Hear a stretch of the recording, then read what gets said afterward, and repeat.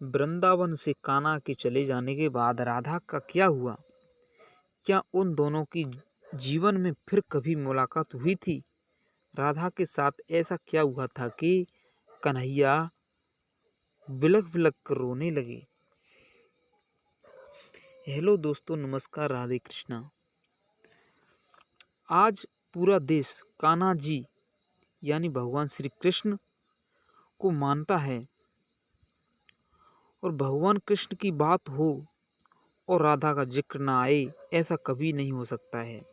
सच कहें तो राधा के बिना कृष्ण अधूरे हैं, और वे श्री कृष्ण की अन्य उपासका और प्रेम का थीं। विधि के विधान की वजह से उनका श्री कृष्ण से विवाह नहीं हो पाया था, और वे कान्हा की जीवन संगिनी नहीं बन पाई। इसके बावजूद मंदिरों में भी भगवान श्री कृष्ण के साथ उन्हीं की प्रतिमा नजर आती है। जब श्री कृष्ण वृंदावन छोड़कर मथुरा चले गए थे, तो राधा का क्या हुआ था, इसका वर्णन बहुत कम मिलता है। आज हम आपको राधा की उसी मार्मिक कहानी को आपके सामने लेकर आए हैं और आपको सुनाएंगे, और जिसे सुनकर आपके आंसू निकल पड़ेंगे।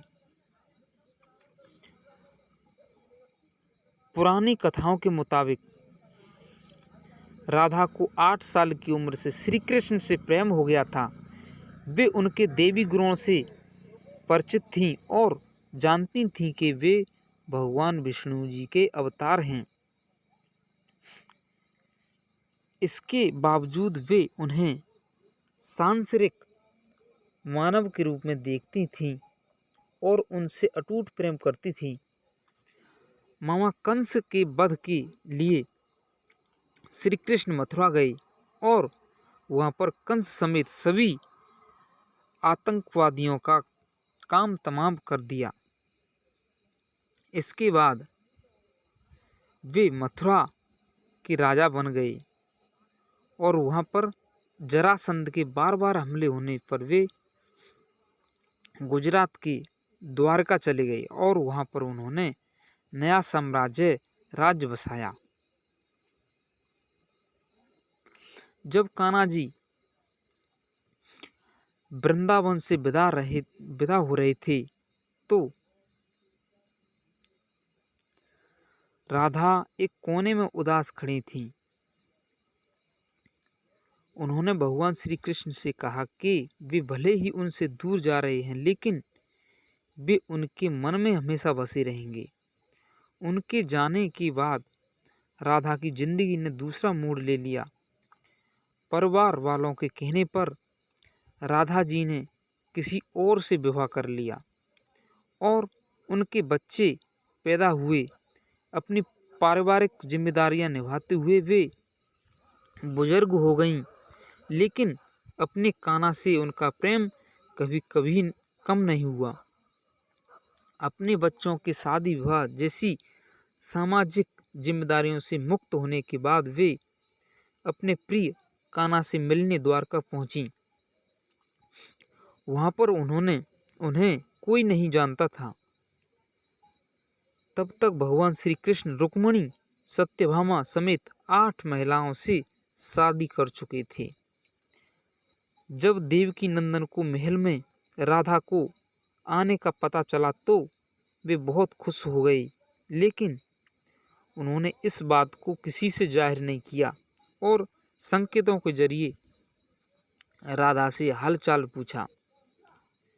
चूंकि राधा अब अपना बाकी जीवन भगवान श्री कृष्ण के साथ ही गुजारना चाहती थी, इसलिए उन्हें महल की प्रमुख देविका नियुक्त कर दिया। वे महल के सामान्य कामकाज की निगरानी करती थीं और मौका मिलने पर अपने आराध्य को निहार लेती थीं।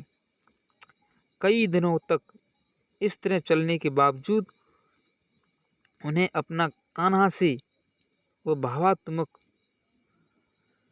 भावनात्मक जुड़ाव महसूस नहीं हो पा रहा था, जिसे पाने के लिए वृंदावन से इतनी दूर गुजरात पहुंची थीं। काफ़ी सोचने के बाद उन्होंने द्वारका छोड़ने का फैसला कर लिया और वे कहाँ जाएंगी और क्या करेंगी इसका उन्हें कोई भान नहीं था। उन्होंने भगवान श्री कृष्ण से विदा ले और महल से निकल पड़ी।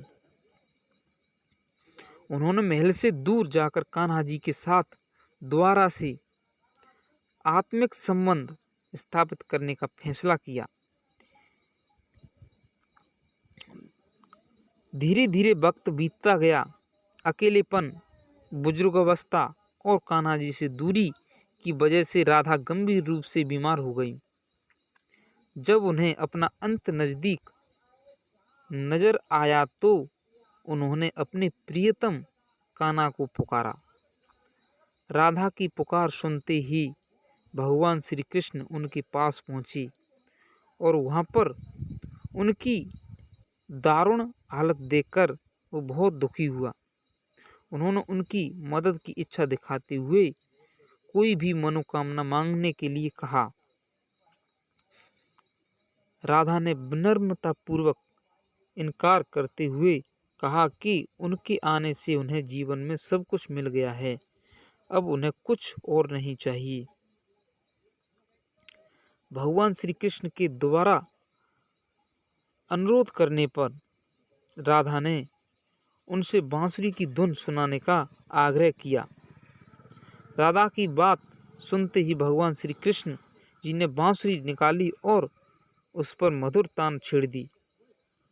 वे कई घंटों तक राधा को बांसुरी की धुनें सुनाते रहे और अपने प्रिय कान्हा की बांसुरी सुनते सुनते राधा ने देह त्याग दी और आध्यात्मिक रूप से हमेशा के लिए भगवान श्री कृष्ण में विलीन हो गई और उनका निधन होते ही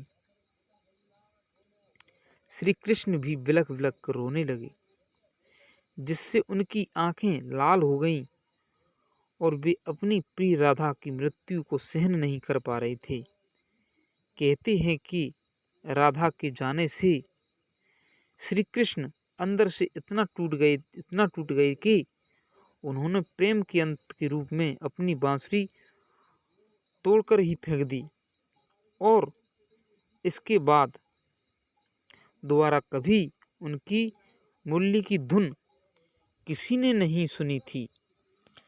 प्रिय दर्शकों, आपको हमारी ये कथा कैसी लगी कमेंट करके ज़रूर बताएं और हमारे चैनल को सब्सक्राइब ज़रूर कर लें। धन्यवाद।